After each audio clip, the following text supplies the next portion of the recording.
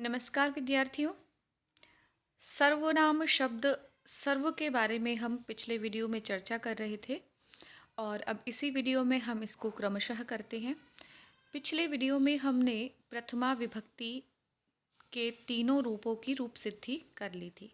साथ ही ये समझ लिया था कि सर्वनाम शब्द कौन कौन से होते हैं और सर्वनाम शब्दों के विभक्तियों में सभी रूपों को एक बार जान लिया था हमने। अब आज के वीडियो में हम द्वितीय विभक्ति के एक वचन से रूपों की सिद्धि करना प्रारंभ करते हैं। हमने पहले भी बताया था कि जो सर्वनाम शब्द के बहुत सारे रूप हैं, वे सभी रूप उसमें अधिकतर रूप राम शब्द के रूप की तरह चलेंगे। फिर भी हम इसकी पुनरावृत्ति यहाँ पर करते हैं। तो द्वितीय विभक्ति के एक वचन में रूप बनता है सर्वम। जैसे रामम बनता है, बिल्कुल सर्वम वैसे ही बनता है। प्रातिपदिक संज्ञा करेंगे अर्थवत धातु और प्रत्यय प्रातिपदिकम से। अधिकार सूत्र ज्ञाप प्रातिपदिकात प्रत्ययः और परश्च, ये सभी अधिकार सूत्र आएंगे। इन अधिकार सूत्रों में स्वोजस, इन्हीं के अधिकार क्षेत्र में स्वोजस नामक सूत्र आएगा और जिससे 21 प्रत्ययों की प्राप्ति होगी। इन 21 प्रत्ययों में से किस प्रत्यय का हमको ग्रहण करना है, यह हमको बताएगा द्वेकयो द्विवचने रेकवचने। तो यहाँ पर हमको एकत्व, द्वितीय विभक्ति के एकत्व की विवक्षा में अम प्रत्यय करना होगा। तो अब हमारे पास है सर्व और अम। यहाँ पर हमको अकह सवर्णे दीर्घः यह सूत्र प्राप्त है, लेकिन अतो गुण है उसका बाद करेगा और बाद करके पररूप का बाद करेगा। फिर प्रथमयोः पूर्व सवर्णः से अतो गुणों से होने वाले पररूप का भी बाद हो जाएगा। इस अवस्था में अमी पूर्व रूप, ये पूर्व रूप होएगा। देखिए, पूर्व रूप और पर रूप क्या होता है। पूर्व रूप यानी पहले वाले का जैसा रूप है बिल्कुल वैसा ही रूप रहना, और पर रूप का मतलब है जो पर रूप है, बाद वाला जो रूप है, और पहले और बाद का निर्धारण ये प्लस के चिन्ह से, यानी धन का जो चिन्ह है, इससे पहले वाला पूर्व रूप और इसके बाद वाला पर रूप, और अंतिम पद ही लिया, अंतिम वर्ण ही लिया जाता है। तो अमीपूर्व जो सूत्र है, ये रूप शब्द यहाँ गलत लगाया हुआ है। अमीपूर्व ही सूत्र का नाम है। अमीपूर्व जो है ये रूप शब्द गलत है। ये क्या कहता है, अमीपूर्व सूत्र कहता है अक से अम में विद्यमान अच परे होने पर पूर्व और पर के स्थान पर पूर्व रूप एक आदेश हो। देखिए, अक से अम में विद्यमान, तो अक जो है यहाँ पर, उससे अम में विद्यमान जो अच है उसके परे होने पर, यानी ये जो अम में विद्यमान क्या है, ये जो अम है यहाँ पर, इस अम में विद्यमान क्या है, अच है और अक से परे है। अक में कौन कौन से वर्ण आएंगे, अ, ई, उ, री और री। अगर प्लस के चिन्ह से पहले अ, ई, उ, री में से कुछ है तो सर्व के अंदर अ है। उसके बाद में पीछे अम प्रत्यय हो अगर, और अम प्रत्यय क्या हो, अच होना चाहिए, तो अच है ही, इसमें तो कोई संदेह ही नहीं है। तब पूर्व और पर के स्थान पे पूर्व रूप हो। यानी सर्व का जो अ है या ई है या उ है, कुछ भी अगर होता अ, ई, उ, री में से, तो अ, ई, उ, री और री यही आदेश होने थे।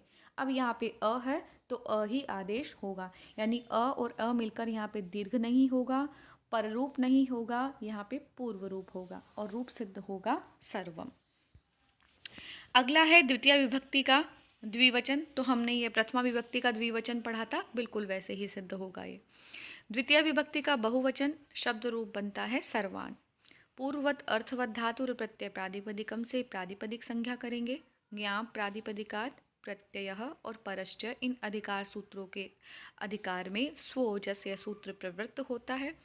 अब हमको पता है कि सर्व सर्व सर्व सर्व सर्व ऐसे बहुत सारे बहुवचन में सर्व है, तो उन वाले सर्वों में से सिर्फ एक सर्व शेष रहना चाहिए। तो उसके लिए सर्वोपाणाम एक शेष एक विभक्तौ, यानी समान रूप होने पर एक विभक्ति में एक ही शब्द रूप शेष रहेगा। तो ऐसे सर्व के रहने पर बहुषु बहुवचनम में बहुत्व की विवक्षा में द्वितीय विभक्ति के बहुवचन में प्रत्यय लगेगा शश। तो प्रत्यय हो जाएगा शश। शश प्रत्यय में से रूप बनेगा सर्व धन शश।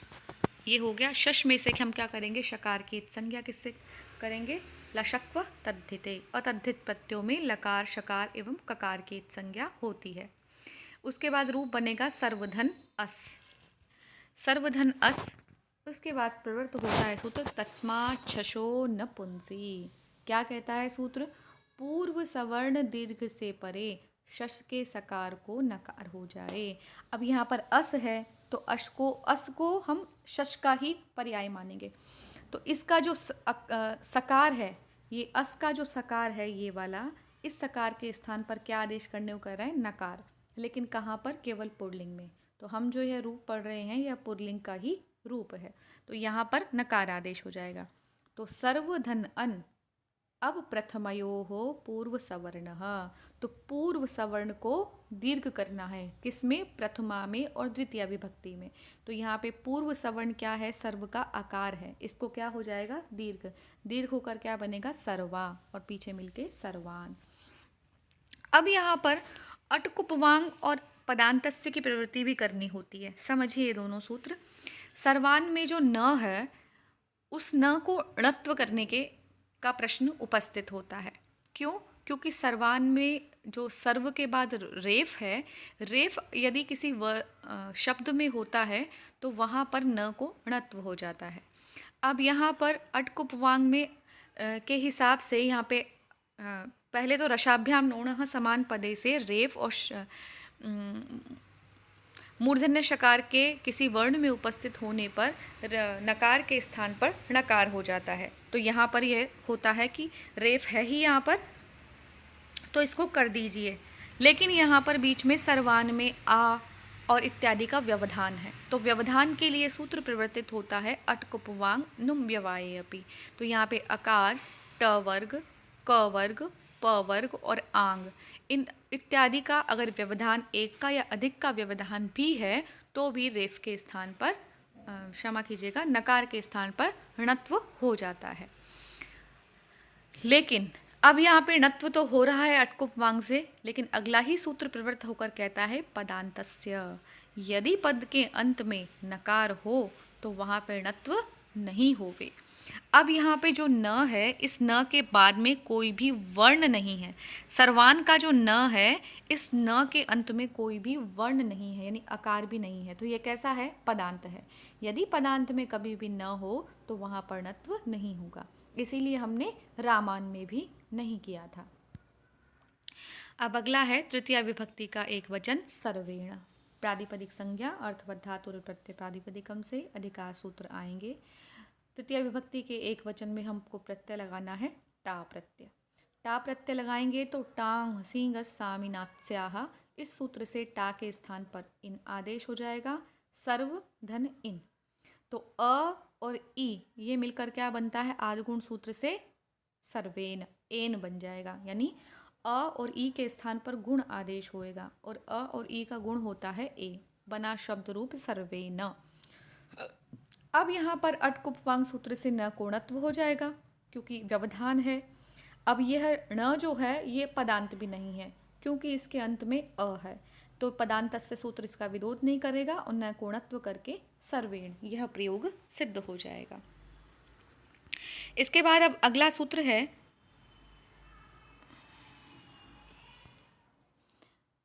अगला जो चतुर्थी विभक्ति का एक वचन है सर्वस्मयी, वह आएगा।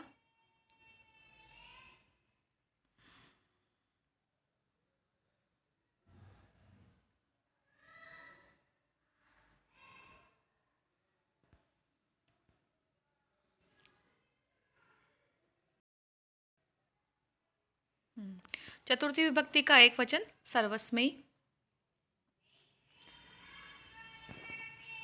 सर्वस्मयी में सबसे पहले प्रातिपदिक संज्ञा करेंगे, अधिकार सूत्र आएंगे। सुओजस अमोर्षस से 21 प्रत्ययों की प्राप्ति होगी। एकत्व की विवक्षा में हमको चतुर्थी विभक्ति के एक वचन में प्रत्यय लगेगा होंगे प्रत्यय। अब इसकी हम करेंगे सर्वनाम संज्ञा। सर्वनाम संज्ञा होगी सर्वादीनी सर्वनामानी से। सर्वादीनी सर्वनामानी से सर्वनाम संज्ञा करने पर सूत्र प्रवृत्त होता है। यह इस प्रकरण का नया सूत्र है। सर्वनामनः स्मै, सर्वनाम्नः स्मै। यह सूत्र क्या कहता है? ङै प्रत्यय जो चतुर्थी विभक्ति के एक वचन में लगता है, उस ङै प्रत्यय के स्थान पर स्मै कर दो। पर कब करो? यदि वह सर्वनाम पद है तो सर्व की पहले हम सर्वनाम संज्ञा करेंगे। सर्वनाम संज्ञा होने के बाद में यह सूत्र प्रवृत्त हो जाएगा और ङै के स्थान पर स्मै लगकर शब्द बनेगा सर्वस्मै। यह रूप अब सिद्ध हो चुका है। इसके बाद चतुर्थी विभक्ति के द्विवचन में और बहुवचन में क्रमशः सर्वाभ्याम और सर्वेभ्य रूप सिद्ध होएगा, जिसमें कोई आपत्ति नहीं है, क्योंकि भ्याम और भ्यस प्रत्यय लगेंगे। भ्याम प्रत्यय लगने पर हम उसमें सर्व धन भ्याम और हम उसको बीच में प्रथमयो